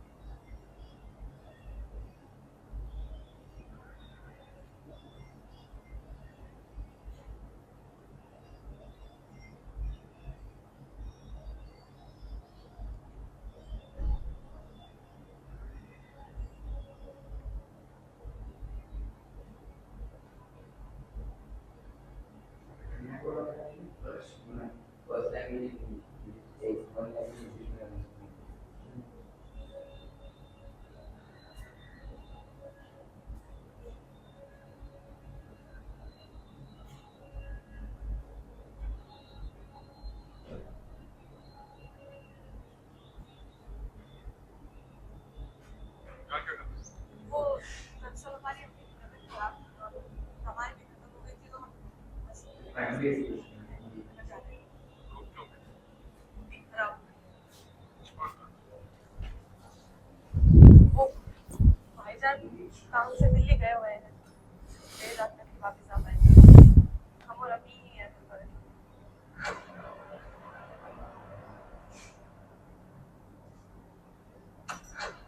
क्या क्या कर रहे हैं?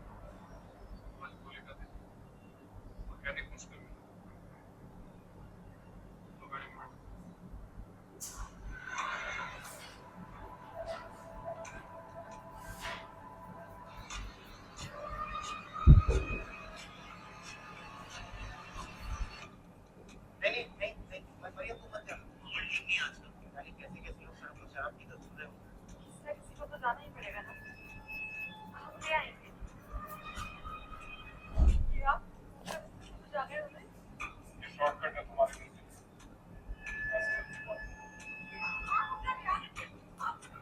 भाईजान कब कमाने आएंगे? नहीं बात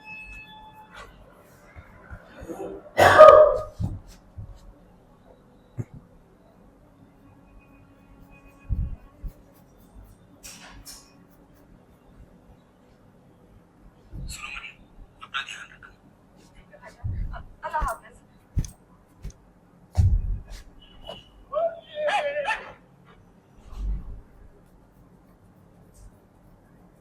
तुम्हारा घर आ मरियम ना अशफाक नहीं। जैसे अशफाक तुम्हारा भाई वैसे हम भी तुम्हारे भाई। और तुम्हारी स्कूटी में ठीक करा के घर छोड़ ख्याल रखना।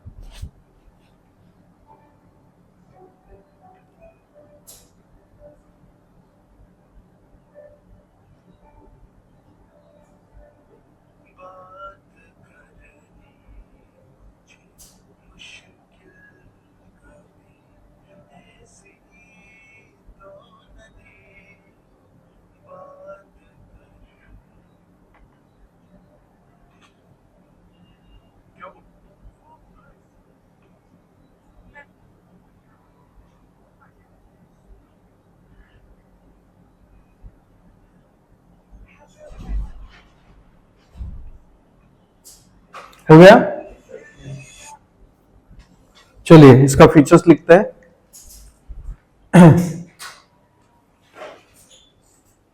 लिखेगा the model of Wood dispatch, features हाँ पॉइंट नंबर 1 करके, the model of Wood dispatch based on the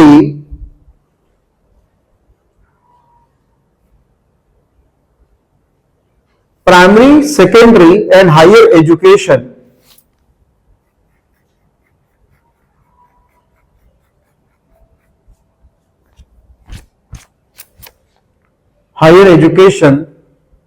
conducted through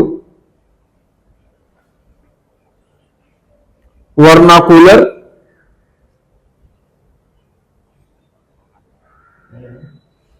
Hindi as well as English medium.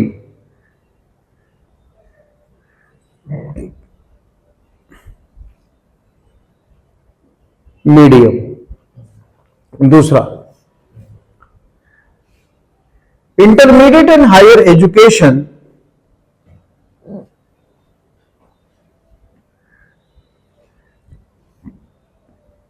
conducted via English medium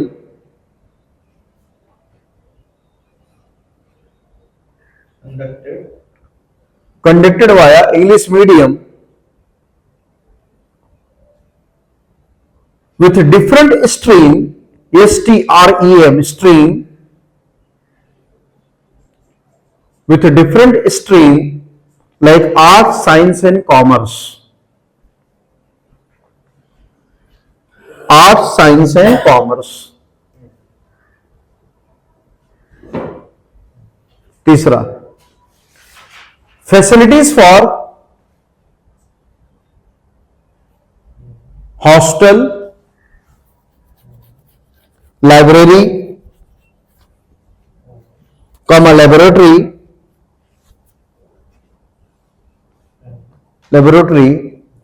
and allow women education.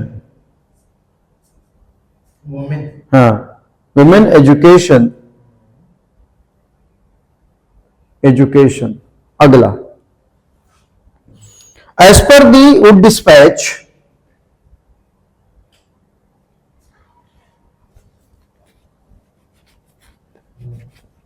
contemporary Governor General Lord Canning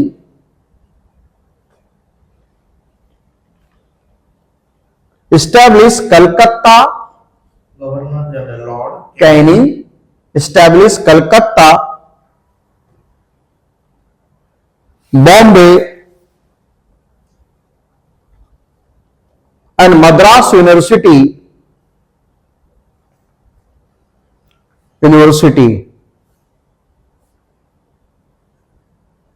अगला और आखिरी point regarding the management of university,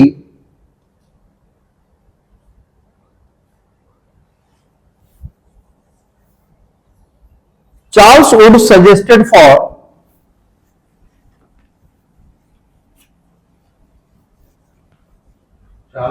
suggested for मत कीजिएगा, Charles Wood suggested to appoint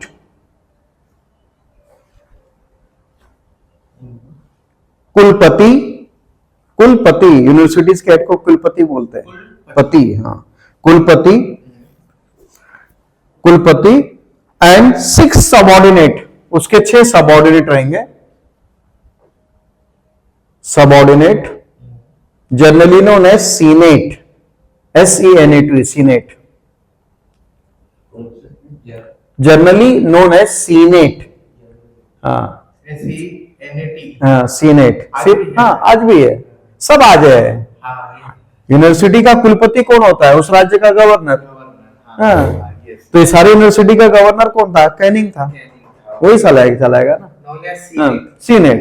अब senate में वो होगा, उसके 6 मेंबर होंगे और भी मेंबर होंगे, पूरी यूनिवर्सिटी को क्या करेंगे? मैनेज करेंगे। तो ऑलमोस्ट कहा जा सकता है कि वुड डिस्पैच की वजह से इंडिया में वेस्टर्न एजुकेशन का एक अच्छा पैटर्न क्या हुआ? डेवलप हुआ। अब गौर से देखिएगा 1854 का वुड डिस्पैच, लिंक कर रहा हूं सबके साथ में, वुड डिस्पैच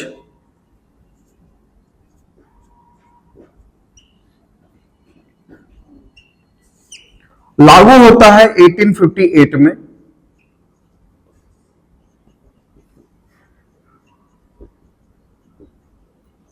अब वो डिस्पैच के लागू होने के अमूमन कम से कम 22 से 23 साल के बाद, ध्यान से देखिएगा प्लीज बोर्ड की तरफ, वो डिस्पैच के लागू होने के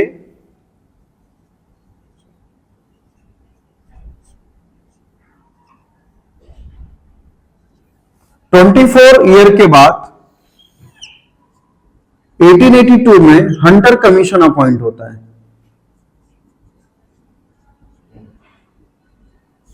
हंटर कमीशन अपॉइंट हुआ लॉर्ड लिप्टन के टाइम पर। गौर से देखिएगा, वो डिस्पैच आता तो है 1854 में, लागू होता है 1858 में। वो आया कैनिंग, आया डलहौजी के टाइम में,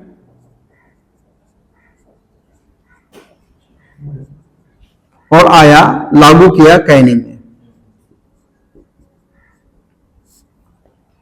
अब इसके लागू होने के 24 साल के बाद, 24 ईयर के बाद इंडिया में एजुकेशन का, इंडिया की एजुकेशन सिस्टम के ऊपर इफेक्ट क्या पड़ा है, बराबर संस्कार, असर क्या पड़ा है, कि भारत की शिक्षा पद्धति के ऊपर वो डिस्पैच के आने के बाद इंपैक्ट क्या पड़ा है, उसका एनालिसिस करने के लिए एक रिव्यू कमेटी आई। उसी रिव्यू कमेटी को हम क्या बोलते हैं, हंटर कमीशन। तो अगर दोनों को लिंक करके क्वेश्चन पूछे कि भाई हंटर कमीशन का ऑब्जेक्टिव्स क्या था, तो Hunter commission acted as a review committee to review over the impact of Wood dispatch regarding the Indian education. तो इसकी वजह से इंडिया में एजुकेशन के ऊपर कितना अच्छा इंपैक्ट पड़ा है या नहीं पड़ा है, या वुड डिस्पैच में कितना अच्छा काम किया है, उसका रिव्यू लेने के लिए जो कमीशन है उसी को हम क्या बोलते हैं, हंटर कमीशन। हालांकि हंटर कमीशन को एक तो रिव्यू करने के लिए अपॉइंट किया गया, और यह कहा गया कि आपको इंडिया में प्राइमरी एजुकेशन के ऊपर ज्यादा फोकस करना है, यानी हंटर कमीशन का जो कोर सब्जेक्ट था वो क्या था, प्राइमरी एजुकेशन।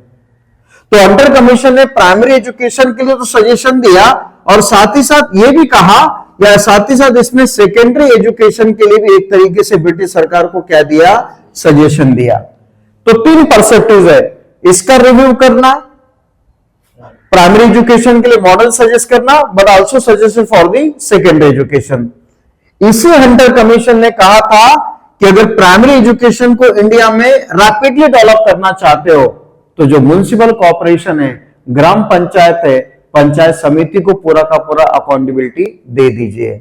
आज भी आप जाएंगे थाना महानगर पालिका में, तो टीएमसी के जितने भी स्कूल्स हैं या जितने भी प्राइमरी स्कूल्स है थाना में, वो कौन कंडक्ट करती है, सरकारी टीएमसी। मैं कल्याण में रहता हूं, पूरा का पूरा कल्याण डोंबिवली का जितना भी प्राइमरी स्कूल है वो कौन कंडक्ट करती है, वहां की म्युनिसिपल कॉर्पोरेशन। और गांव में कौन कंडक्ट करता है, ग्राम पंचायत। तो उनका यह कहना था कि अगर प्राइमरी एजुकेशन का अगर आप इंटेंसिव डेवलपमेंट करना चाहते हो, तो जवाबदारी, अकाउंटेबिलिटी कहा जा सकता है कि लोकल बॉडीज को दे दीजिए, यानी लोकल बॉडीज अर्थात ग्राम पंचायत, पंचायत समिति या म्युनिसिपल कॉर्पोरेशन। और आज भी इंडिया का पूरा प्राइमरी एजुकेशन कौन देखता है, सरकारी लोकल बॉडीज। नहीं समझ में आया संस्कार, बराबर ना। तो ही टॉक अबाउट दी, कहा जा सकता है कि लोकल बॉडीज, कि लोकल बॉडीज को आप जिम्मेदारी दे दो, यानी कि आपका म्युनिसिपल कॉर्पोरेशन, ग्राम पंचायत, ग्राम पंचायत के साथ साथ कहा जा सकता है कि पंचायत समिति, इन सबको आप जिम्मेदारी दे दीजिए। तो इससे क्या हुआ, हंटर कमीशन की इस रिपोर्ट को फॉलो करते हुए ब्रिटिश सरकार ने प्राइमरी एजुकेशन के ऊपर बहुत अच्छा फोकस किया, और धीरे धीरे कहा जा सकता है कि प्राइमरी एजुकेशन के साथ साथ सेकेंडरी एजुकेशन का भी क्या हुआ, डेवलपमेंट हुआ। यानी कंप्लीट फोकस कहा जा सकता है कि प्राइमरी सेकेंडरी पे चला जाएगा, लेकिन हायर एजुकेशन का डेवलपमेंट थोड़ा सा क्या होगा, रुकेगा। फिर हंटर कमीशन की रिपोर्ट का रिव्यू करने के लिए 1902 में रेलवे कमीशन, रेलवे कमीशन की रिपोर्ट के बेसिस पर 1904 यूनिवर्सिटी एक्ट,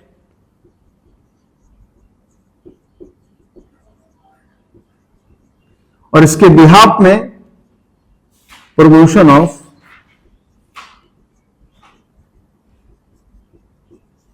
हायर एजुकेशन। फिर यहीं से हायर एजुकेशन का प्रमोशन 1904 के यूनिवर्सिटी एक्ट से क्या हो गया, शुरू हो गया। बना लीजिए, आगे समझ में ना पूरा।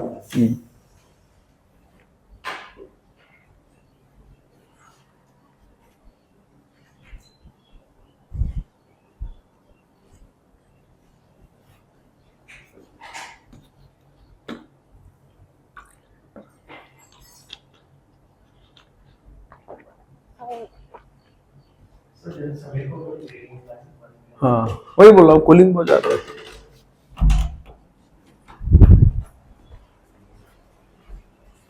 एसी बंद कर दीजिए सर, बहुत है नहीं चल रहा है, कूलिंग बहुत है।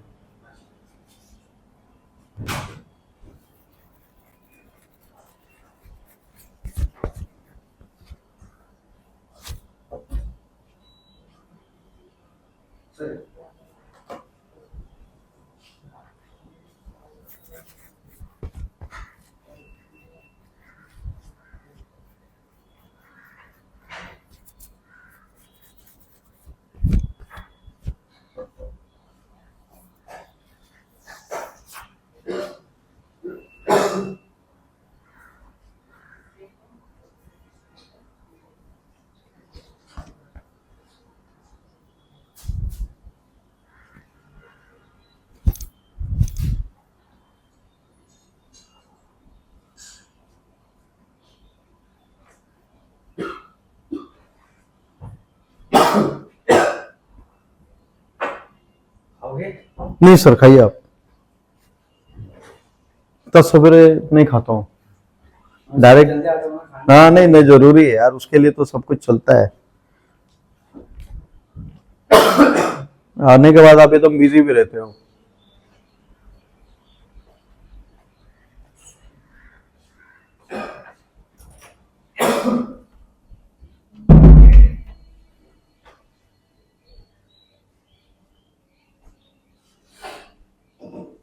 हो गया?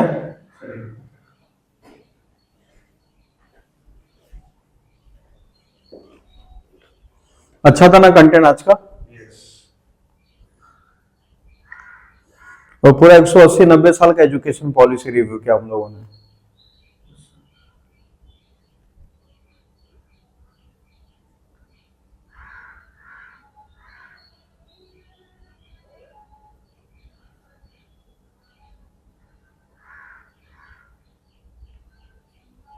So प्राइमरी एजुकेशन में लोकल बॉडी जा रहा है। हाँ यस, की जवाबदारी उनको दे दो, गवर्नर जनरल को नहीं दो।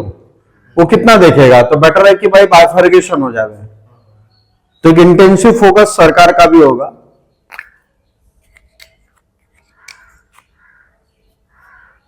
म्युनिसिपल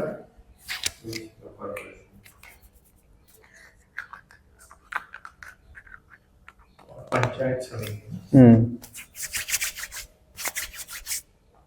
इसके लोकेशन में करना है। हाँ नहीं ज्यादा नहीं है। हाँ नहीं मैं लिखा दूंगा, इनसे ले लीजिएगा आप, 5 मिनट हो जाएगा।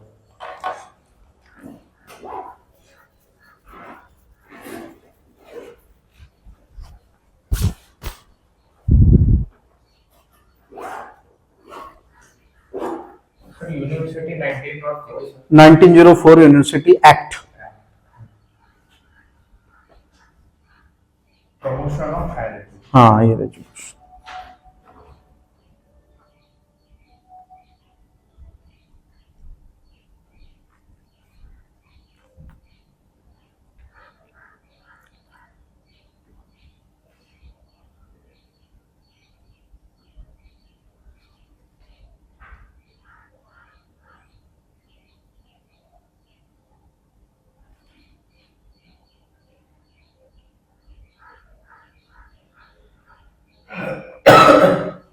ठीक है, नीचे पॉइंट लिखिएगा। Hunter commission acted as a, हाँ चलेगा कोई बात नहीं।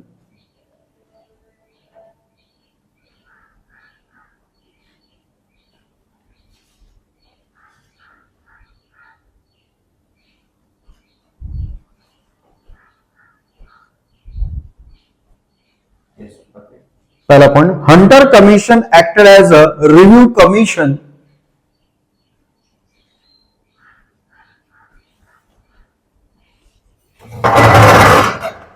Hunter Commission acted as a review commission to review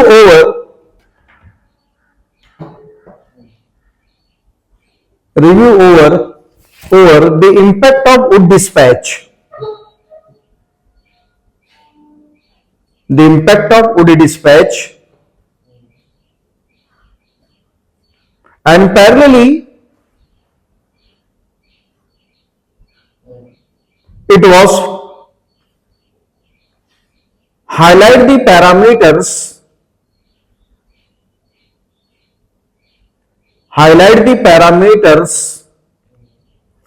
regarding the development of primary as well as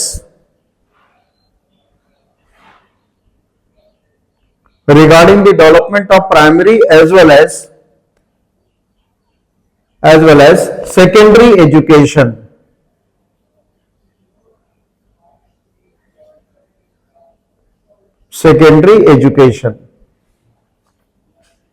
अगला point, as per the suggestion of Hunter Commission,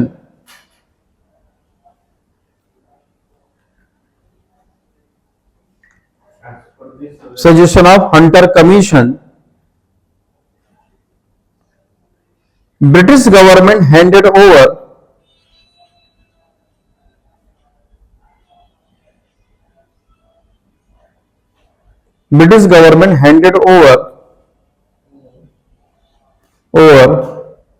the accountabilities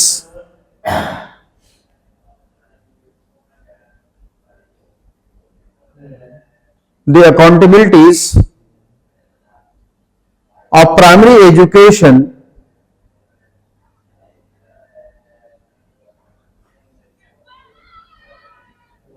primary education to local bodies.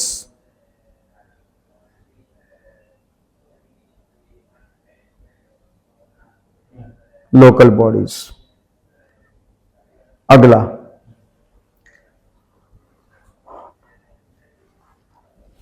in 1904 contemporary Governor General Lord Curzon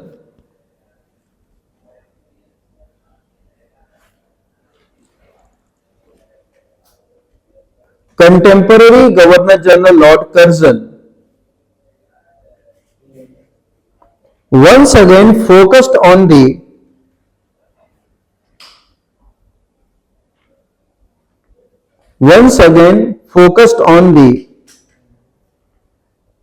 promotion of higher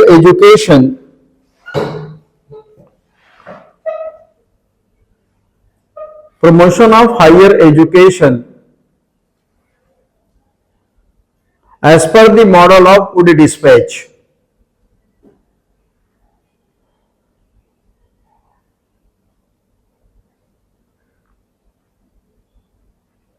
And later it was continued by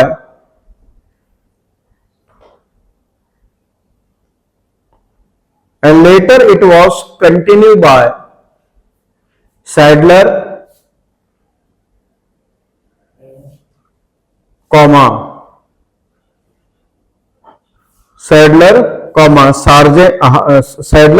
Hortong, Hortong, and Sargent Commission.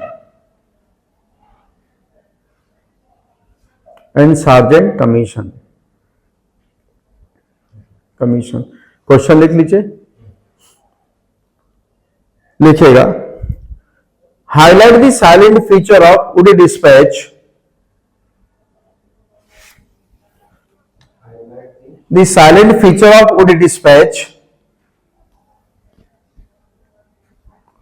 regarding the promotion of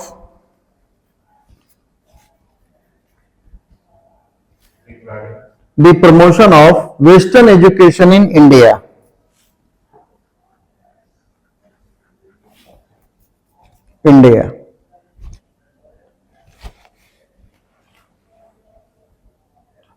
अगला और आखिरी question, discuss the various plans and policies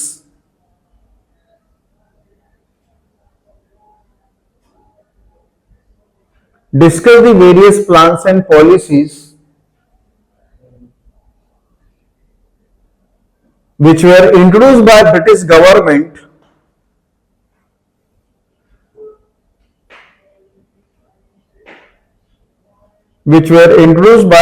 government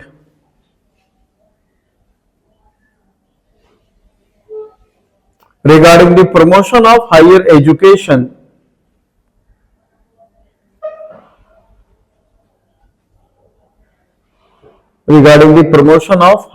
education